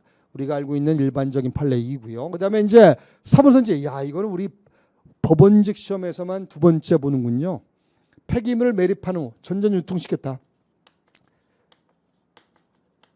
자, 전전 유통을 시키기 전에 폐기물을 매립하거나 뭔가 안 좋은 일을 했다면 그걸 정화시켜야죠. 폐기물을 싹 없애거나 정화시킨 상태에서 유통시켜야 되는데 그거를 숨기고 유통시켰다 그러면 바로 내가 판 사람 있죠. 판 사람에게만 책임지는 것이 아니라 그 다음 사람에게도 다 불법행위 책임을 집니다. 따라서 불법행위 책임을 진다 안 진다? 진다 이거예요. 그래서 현재의 전전 매수인, 키워드야. 전전 매수인. 그 내가 직접 판 사람 있죠. 직접 나로부터 산 사람뿐만 아니라 그 다음 전전 매수인에게도 책임이 있다 없다? 있다. 이거 제가 얼마나 많이 말씀드렸습니까? 전전 매수인에게도 책임이 있다는 거. 전전 매수인에게 책임이 있다는 거. 말씀 많이 들었죠? 네, 잊어먹었다고요? 너 같으면 기억나겠니? 시험장에서 막 당황하고 막 긴장하는데? 그렇죠, 맞아요. 여러분들이 얼마나 힘들었겠습니까? 이번 올해는 또 더워서 말이죠. 더 힘들었죠, 여러분들. 자, 15번 문제 갑니다. 소멸시효 관한 문제. 소멸시효는 A급이죠. 그러나 좀 비교적 쉽게 출제를 했습니다. 자, 1번 선지는 조문 그대로죠. 184조. 184조 2항 그대로 단축 경감할 수 있습니다. 그러나 배제 연장 가지고는 안 됩니다. 채무자 쪽에 유리하게 판단하자. 채무자 편에 쓰자. 단축 경감됩니다. 그러나 200만 년으로 하자. 이런 거 안 됩니다. 그래서 배제 연장 가지고는 안 됩니다. 거꾸로 되어 있죠. 정답 1번 찍고 넘어가야 됩니다. 1번 찍고 넘어갔다면 여러분들은 아마 평균 90점은 넘었을 겁니다. 뭐라고요? 90점이라고요? 넘을 수 있다는 겁니다. 그 다음에 여기 소멸시효 이게 폭이 나왔죠. 포기는 포기한 사람만, 상대적 효과. 포기력이 아무나 미쳐서는 안 되죠. 그래서 포기한 사람만 미칩니다. 따라서 채무자 이외의 다른 사람은 자 보세요. 여기 뒤에 보면 채무자 이외의 다른 사람은 여전히 소멸시효를 원용할 수 있다. 왜? 갑이 만약에 포기했어요. 갑이 포기하면 갑에게만. 을이라는 사람에게는 포기력이 미친다 안 미친다? 안 미친다. 그러면 을은 포기력을 받지 않기 때문에 여전히 소멸시효 완성을 주장할 수 있다는 겁니다. 그다음에 3번 선지 볼까요? 판결에서 확정된 채권 165조죠. 3년짜리 1년짜리 단기시효라도 165조에 따라서 판결에서 확정되면 몇 년으로 연장되죠? 10년으로 연장됩니다. 다만 여기 키워드죠. 변제기가 도래하지 않는 것은 아예 소멸시효가 진행되지 않잖아요. 그럴 때는 그러하지 아니하다라고 되어 있습니다. 165조 1항과 3항이 그대로 선지에 반영되어 있는 겁니다. 그 다음에 이제 4번 선지 봤더니 볼게요. 소멸시효 완성된 후, 완성 후라면 이제 소멸시효 이게 포기가 될 가능성이 높고요. 채무 승인 아니나 다를까 완성 후에는 소멸시효 이게 포기죠. 그럼 완성 전에는 뭐가 되죠? 완성 전에는 소멸시효 중단. 완성 후에는 포기. 자, 포기하면 그때로부터 새로이 소멸시효가 진행하게 됩니다. 포기하면요. 소멸시효 이익을 포기하면 채권 채무는 살아있는 것으로 취급하게 되는 거고요. 살아있다면 이제 채권 채무가 이제 새롭게 그때로부터 또 10년에 소멸시효가 진행되게 됩니다. 184조 뒤에 있고요. 16번 문제 갈까요? 변제. 변제가 자, 두 번째 또 나오네요. 아까 변제 충당도 나왔었는데 변제가 또 나오네요. 변제가 굉장히 조문이 많죠. 460조부터 486조까지 있고요. 조문 판례가 아주 중요한 부분입니다. 뭐 엄청나게 많잖아요. 그러니까 두 문제까지 출제될 수 있다는 겁니다. 자, 1번을 봤더니 1번은 약간 좀 생소해 보이는데 그 341조에 있는 판례를 유추해서 바라보면 됩니다. 봤더니 물상보증인이 담보분을 취득한 제3자에게 매도하고 3취득자에게 매도했습니다. 그러니까 물상보증인에게 보통 병이라고 하죠. 병이 정에게 매도했다 이거예요. 그래도 이제 저당권은 계속 따라 붙습니다. 저당권은 계속 따라 붙는 거고요. 이때 제3취득자가 근저당의 피담보 채무 이행을 인수하고 이행인수, 이행인수는 내부적 관계에 불과하죠. 면책적 채무인수와 중첩적 채무인수, 그다음에 이행인수의 차이점 기억나죠? 이행인수는 그들 사이의 내부적 관계에 불과합니다. 아니나 다를까 내부적 관계에 불과하다고 되어 있죠. 따라서 이로써 물상보증인의 책임이 소멸되는 거 아닙니다. 오케이? 따라서 여전히 만약에 저당권자가 이 정이라는 제3취득자에 넘어간 상태에서 저당권을 실행해서 3취득자가 전부 다 홀라당 부동산을 날렸다면 3취득자는 구상권을 취득한다 못한다? 취득해야죠. 구상권 취득해야지. 취득 안 하면 안 되지. 그죠? 그래서 자 구상권을 취득하게 됩니다. 담보부동산에 대한 담보권이 실행되면 제3취득자는 구상권을 취득할 수 있다 없다? 있다고 하면 됩니다. 그 다음에 2번 볼게요. 2번. 변제 장소를 정하지 않았다. 자 여기 키워드는 특정물입니다. 특정물의 인도라는 것은 자 변제 장소를 어디를 변제 장소로 봐야 되죠? 여기 중요한 건 성립 당시. 채권 성립 당시에 그 물건이 있던 장소 기억나죠? 채권 성립 당시에 그 물건이 있던 장소 다시 한번 확인. 채권 성립 당시 그 물건이 있던 장소입니다. 이행기간이라는 거. 467조 제1항에 있었죠. 이행기 변제기가 아니라는 걸 확인 다시 한번.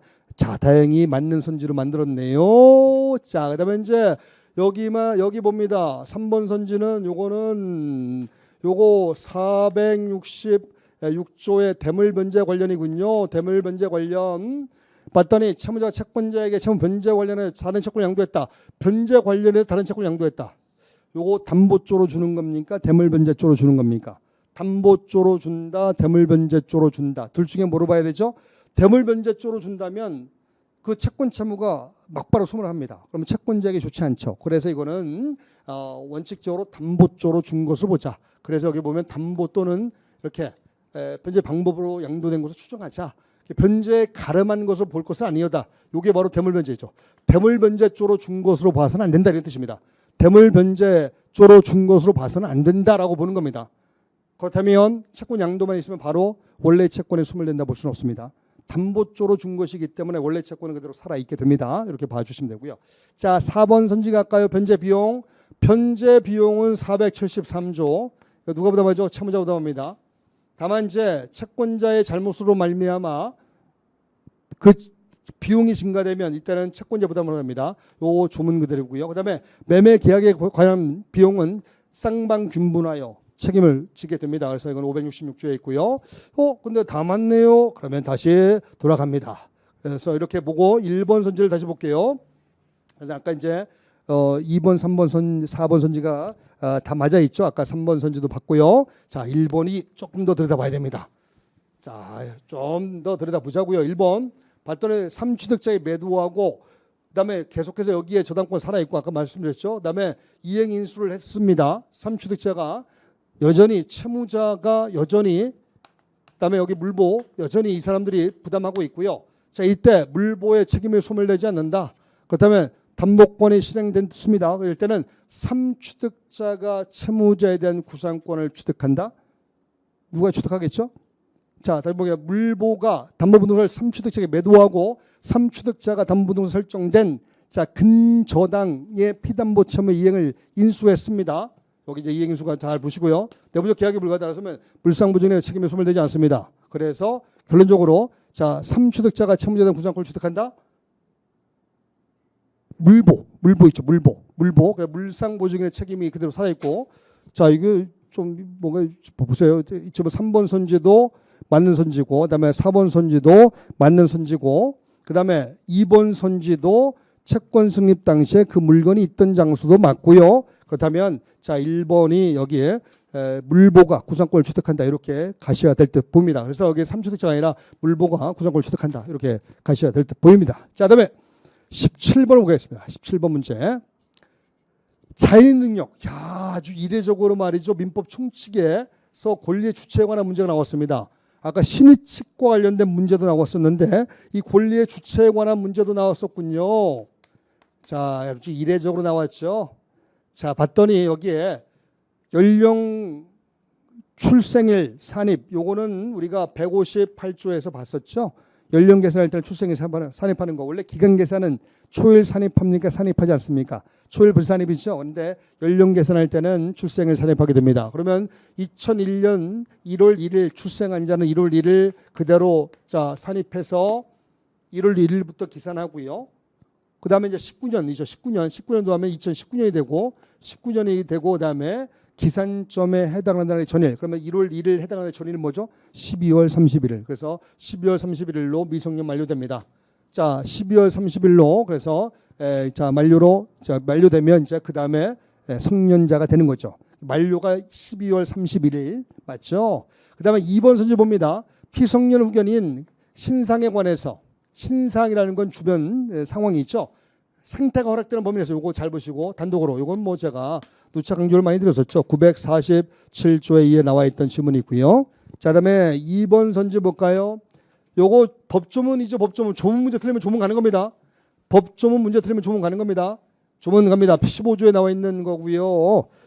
자, 여기 최고가 있죠. 확답 촉구 이꼴 최고죠. 최고. 확답 촉구 최고의 공식대로 갑니다. 확단 여부를 묻습니다. 여기는 상당한 기간 아니고요. 1개월 이상의 기간. 15조에서만 1개월 이상의 기간이었던 거 기억나세요? 다른 데 최고는 상당한 기간인 반면 여기는 1개월 이상, 1개월 이상의 기간 중에서 확답력을 최고합니다. 촉구합니다. 확답력의 촉구 내지 최고 똑같은 표현입니다. 이때 만약에 발송하지 않으면 발송도 보시고요. 공식의 두 번째, 발송하지 않으면, 발하지 아니하면, 받지 아니하면이 아니고 발송하지 아니하면 행위를 취소한 것을 본다가 아니라 이제 공식의 세 번째죠. 현재 있는 상태 확정. 현재 있는 상태 확정 뭐죠? 추인한 것을 본다. 그러니까 추인한 것을 본다 이렇게 되면 추인한 것을 본다. 현재 있는 상태 확정, 추인한 것을 본다 이렇게 되어 있습니다. 이렇게 자 보아주시면 되는 거고요. 그 다음에 이제 4번 선지도 법조문 그대로죠. 자 13조에 나와 있는 그대로 한정후견인의 동의가 필요한 이걸 동의유보라 불렀죠. 동의보감 아니고요. 동의유보. 동의유보의 범위 내에서 동의 없이 행한 행위가 있다. 이건 취소할 수 있다 없다 있다. 다만 일용품의 구입 등 대가가 거두하지 않는 것은 혼자서 할 수 있다 없다 있다. 조문 그대로입니다. 넘어갑니다. 자 18번 갈게요. 대리권. 이야 이것도 민법 총칙편에서 나와 있는 내용이고요. 대리권은 뭐 영순위의 문제죠. 대리권은 거의 매년 나옵니다. 소멸시효 대리권. 민법 총칙에서 가장 영순위로 나오는 거. 의사표시도 마찬가지고요. 자 1번 선지는 뭐 무지막지하게 나왔죠. 수십 번 기출되었던 겁니다. 무지막지하게 수십 번 기출되었던 것이잖아요. 1번 봤더니 표현대리는 손배 책임이 아니죠. 표현대리가 선임한다고 해서 손배 책임을 지는 거 아닙니다. 표현대리는 그냥 계약상의 이행 책임의 문제이고요. 따라서 과실상계 법리가 적용될 수 있다 없다? 없습니다. 그럼 과실상계는 언제만 적용된다고 했죠? 손해배상 책임의 경우에만 적용됨. 과실상계는 손해배상 책임의 경우에만 적용됨. 따라서 표현대리는 손배 책임이다 아니다? 손배 책임이 아닙니다. 따라서 과실상계 법리가 적용될 수 없습니다. 1번 정답 딱 찍고 넘어가는 겁니다. 근데 아까는 왜 못 찍었습니까? 이렇게 보니까 안 보여요. PPT를 보니까. 자, 2번 볼게요. 여기에 자 부부 일방의 특별한 숙권 없이 배우자를 대리하여 부부간의 일상가사 대리권 있죠. 827조에 일상가사 대리권이 있어요.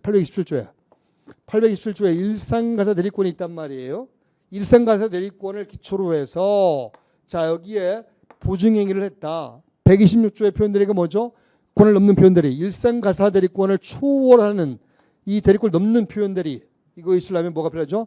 이 정당화할 만한 객관적 사정, 정당한 이유가 필요하죠. 이렇게 자 보아주시면 됩니다. 됐고요. 그다음에 이제 3번 선지 갈까요? 3번 선지도 우리가 무지막지하게만 했었던 거죠. 135조. 자 무권 대리인이 나가서 무단 행동을 했습니다. 그러면 이제 상대방은 일정한 요건 하에서 무권 대리인에 대해서 책임을 추궁하는데 둘 중에 하나죠. 계약의 이행 또는 손해배상. 계약의 이행 또는 손해배상 이걸 우리가 선택책벌이라 부르고요. 자 이때 계약의 이행 또는 손해배상 누가 선택하게 돼 있죠? 상대방의 선택. 기억나죠? 그러나 증명책임만은 무권대리인에게 있습니다. 상대방의 선택에 갔다 하더라도 자 이 알았다는 사실 이런 요건에 또 알지 못하는 사실에 관한 주장 증명책임은 무권대리인에게 있다. 요거 기억나시나요? 선택권은 상대방이 있을지 몰라도 자 무권대리인이 이런 것들에 대해서 자 증명함으로써 책임을 면하게 되는 거죠. 4번 선지 갈까요? 예, 저 3번 선지를 조금 더 말씀드리면 135조 2항이 있잖아요. 알았거나 알 수 있었다 이런 대목이. 1항이 원칙이고 2항이 예외라면 예외는 책임을 지는 무권대리인이 증명 책임진다 이렇게 해석하고 있죠. 3번입니다. 표현대리는 무권대리입니까? 무권대리입니까? 표현대리는 무권대리입니다. 그죠? 무권대리의 한 일종이죠. 따라서 유권대리로 전환되는 거 아닙니다. 따라서 유권대리에 관한 주장. 자, 변론주의 원칙이죠. 변론주의 원칙상 유권대리를 주장하면 유권대리만 판단합니다. 그러나 표현대리는 무슨 대리에 속한다고요? 무권대리에 속합니다. 그러면 유권대리에 관한 주장 속에 무권대리에 속하는 표현대리가 포함되어 있다 볼 수 있다 없다? 없다. 그래서 표현대리를 판단하지 못한다는 겁니다. 그다음에 19번 문제 갖고 입양. 자, 요거 이제 박스 형식의 문제 있는데요. 요거 제가 강조드렸던 최신 판례 중에서도 영순이라고 해서 영숙이가 아닙니다. 영숙이 우리 직원이고요. 영순이 문제로서 요거 나온다 그랬죠. 나왔잖아요. 할머니가 말이죠. 그랜마가 말이죠. 손자녀가 너무 이쁜 겁니다. 그래서 손자녀를 눈에 넣은 사건이라고 말씀드렸죠. 그래서 손자녀 입양하는 거 허용됩니까? 허용되지 않습니까? 허용됩니다. 손자녀 입양을 금지하고 있는 조항이 없습니다. 존속이나 연장자만 입양 금지 조항만 있을 뿐이지. 그래서 이거 입양할 수 있다 없다? 금지되지 않습니다. 자, 디귿선지는 이를 특강할 때 전범 모의고사 할 때 제가 강조를 많이 들었던 출신 판례고요. 자, 이거 볼게요. 기업 봤더니 성년이인 경우에도 양자가 될 사람, 양자라는 거예요. 자, 이 부모의 입장에서 친생 부모의 입장에서는 우리 집을 떠나서 저 집으로 간답니다. 우리 집을 떠나서 저쪽 집으로 간다는데 나의 동의 없이 가서 되겠습니까? 871조에 따르면 자, 대한민국 민법에 유일하게 성년자의 경우에도 동의를 요하고 있는 겁니다. 나의 밑을 떠나서 나의 집을 떠나서 저쪽 집으로 간다는데 당연히 친정부모의 동의가 필요하죠. 그래서 이때는 부모의 동의를 받아야 됩니다. 성년자라 하더라도 유일하게 부모의 동의를 받는 조항입니다. 그다음에 니은 볼게요. 친생자 출생신고 당시에 입양의 실질 요건을 갖추지 못했습니다. 입양의 요건을 따로 갖추지 못했습니다. 근데 그 뒤에 가서 입양의 요건을 갖췄다. 이거 무효행위의 추인의 역할을 하죠. 여러분들 무효행위의 추인은 원래 소급표가 있다 없다? 없어요. 139조에 따르면 무효행위의 소급표가 없어요. 그러나 신분행위, 입양이라는 이러한 신분행위만은 신분관계의 본질을 지켜주기 위해서 소급해서 입양의 효력을 갖도록 합니다. 이렇게 봐주시면 되고요. 리을 볼까요? 양자는 출생시로 소급하여 양부모의 친생자와 같은 지위를 갖는다? 네, 소급하지 않습니다. 자, 입양이 확정된 때로부터 그래서 양자는 출생시 소급하는 게 아니라 입양이 확정된 때로부터 입양한 때로부터 자, 출생시 소급이 들고 입양한 때로부터 이렇게 친생자와 같은 지위를 갖게 됩니다. 이렇게 보아주시면 되고요. 그래서 기억 리을이 맞고요. 디귿 리을이 틀렸군요. 다음 문제 갈까요? 20번.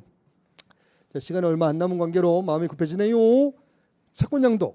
채권양도는 많이 나오죠. 449조부터 452조까지 들어가 있는 게 채권양도입니다. 채권양도 나오면 항상 머릿속에 먼저 떠오르는 게 뭐죠? 동일성 유지 이게 떠오르죠. 봅니다. 여기에 이거 나왔군요. 나온다고 했잖아요. 또 나왔어. 수십 번 기출된 건데 수십 번은 좀 과언입니다. 여러 번. 성립하기 전에 여기 봤던 재산분할 아직은 성립하기 전에 재산분할은 구체적으로 협의 심판에 의해서 확정되기 전까지는 아직 구체화되지 않았죠. 따라서 구체적 내용이 형성되지 않았습니다. 그러면 이건 미리 양도하는 것으로 허용될 수 있다 없다? 없습니다. 구체화되지 않는 권리를 어떻게 양도할 수 있겠습니까? 한번 해봐요. 되나? 안 돼요. 그다음에 2번 볼게요. 양도금지특약 449조 관련이죠. 양도금지특약을 한 상태에서 채권양도가 이루어졌다. 이 미친니? 그렇지만 자 여기 봐요. 알았거나 중단과실을 알지 못하였다면 즉 악의 또는 중단과실이 있다면 양도금지특약이 있다는 걸 가지고 대항함으로써 양도를 무효화시킬 수 있죠. 이때 악의 또는 중대한 과실에 관한 입증 책임은 자 여기 보세요. 지금 양도금지특약이 있었고요. 특약이 있었고 자 이거를 병에도 양도했어요. 양수인입니다. 양수인이 금지특약이 있는 걸 양수했어요. 그리고 얘한테 손을 벌립니다. 이럴 때 얘는 가만히 있으면 선의는 추정됩니다. 선의는 추정된다. 입증 책임 나오면 항상 선의는 추정된다. 이렇게 가시라고 했죠. 그래서 선의는 추정됩니다. 따라서 자 을이 얘한테 가서 너는 악의였다. 너는 중대한 과실이 있었다. 근데 나는 너한테 주지 않겠노라 라고 하는 겁니다. 그래서 채무자가 자 부당하게 됩니다. 양수인이 부담하는 게 아니고요. 자, 그다음에 3번 갑니다. 3번 이중양도 그다음에 땅 쳐놓고요. 여러분들 채권이 이중양도 되었을 때 이중양수인들 사이에 얘들의 관계는 확정일자 선우로 결정하는 것이 아니라 확정일자 있는 증서에 의한 통지승낙이 도달한 일시선우, 인식의 선우죠. 인식의 선우, 도달한 일시의 선우. 인식의 선우 내지 도달한 일시의 선우, 도달 일시의 선우로 갑니다. 확정일자의 선우 아닙니다. 저거는 여러 번 봤었고요.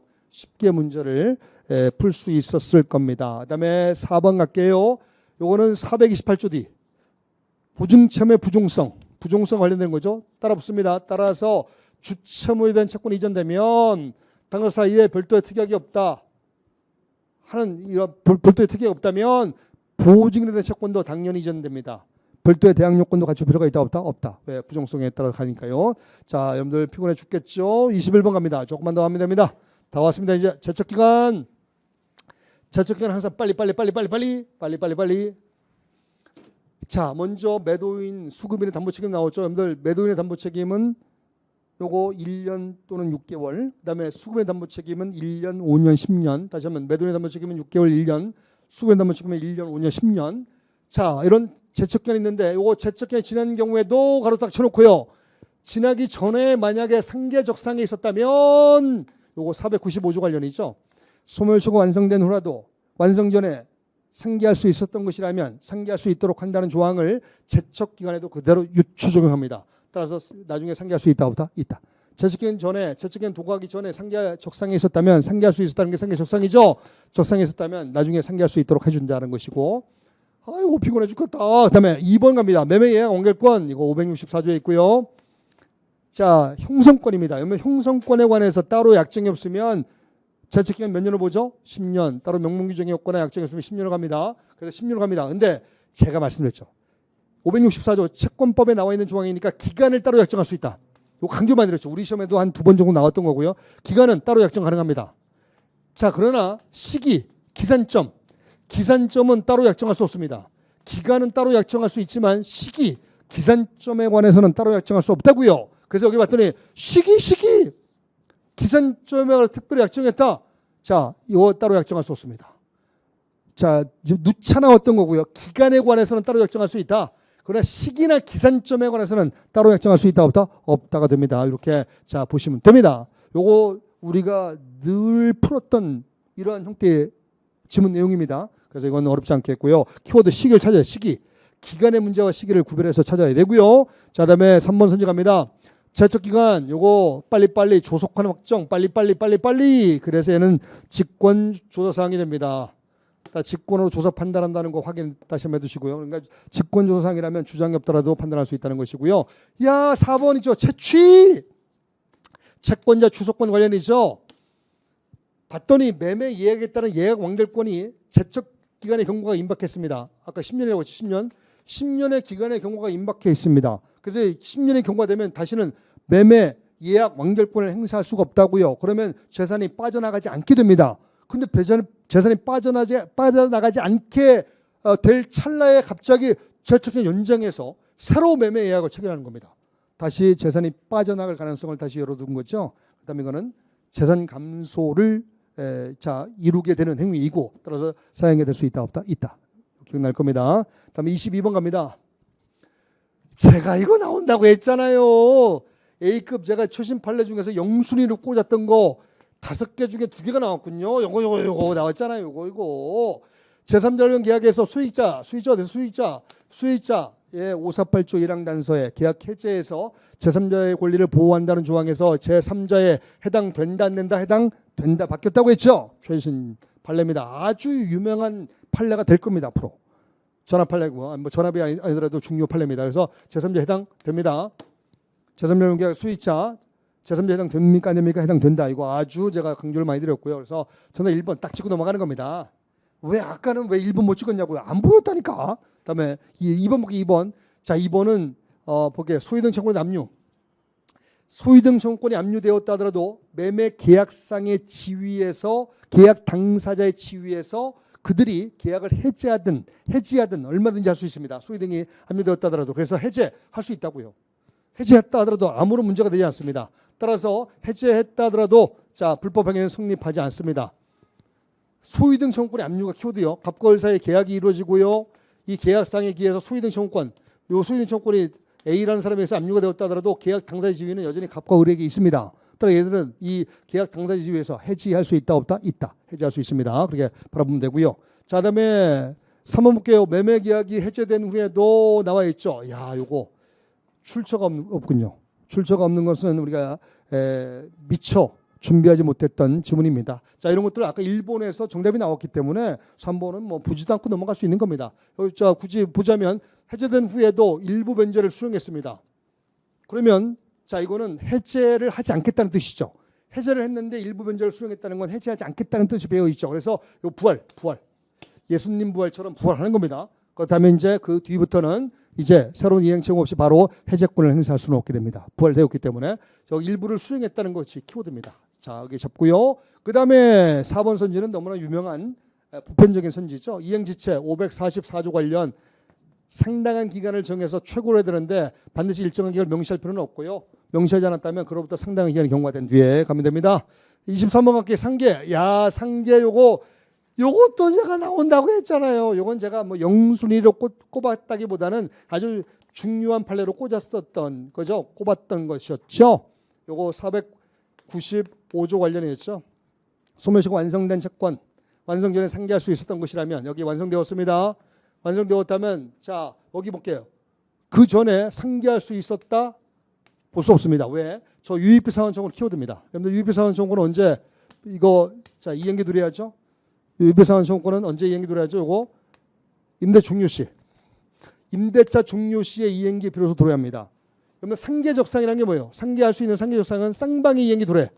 쌍방이 이행기 도래가 상계적상입니다. 따라서 저 유입비 상환 청구권은 임대차가 종료되지 않는다면 쟤는 상계적상에 있지 않았습니다. 그렇죠? 임대차가 종료되어야만 비로소 이행기가 도래하고 이행기가 도래해야만 상계적상에 놓이게 되잖아요. 그죠? 그러면 자 495절 다시 한번 가만히 머릿속에 띄워봐요.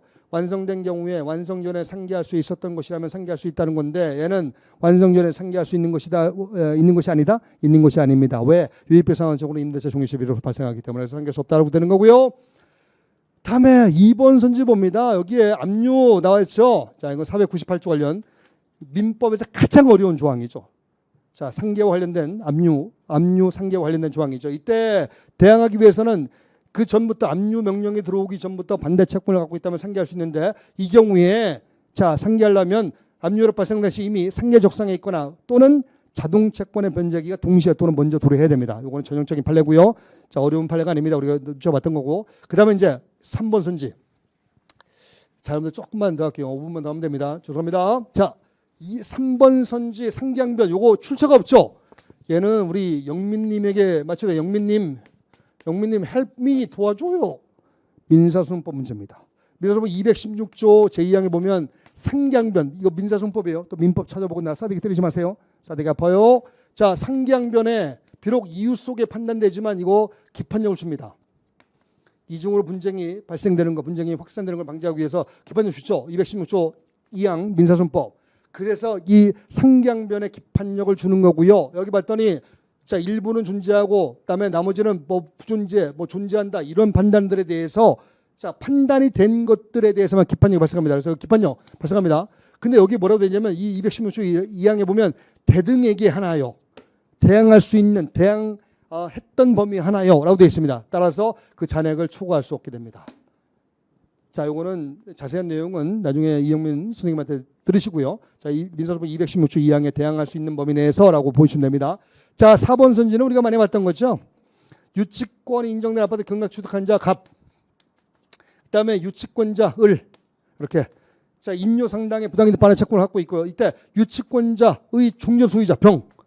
자, 그러면 쌍방 대립성을 이룰 수가 없죠. 대립성이라는 요건을 충족할 수 없기 때문에 상계할 수 있다 없다. 자, 상계할 수 없게 됩니다. 이렇게 봐주시면 되고요.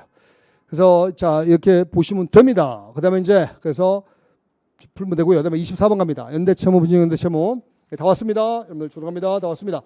중첩적 채무인수 요거 459조 돼 있죠.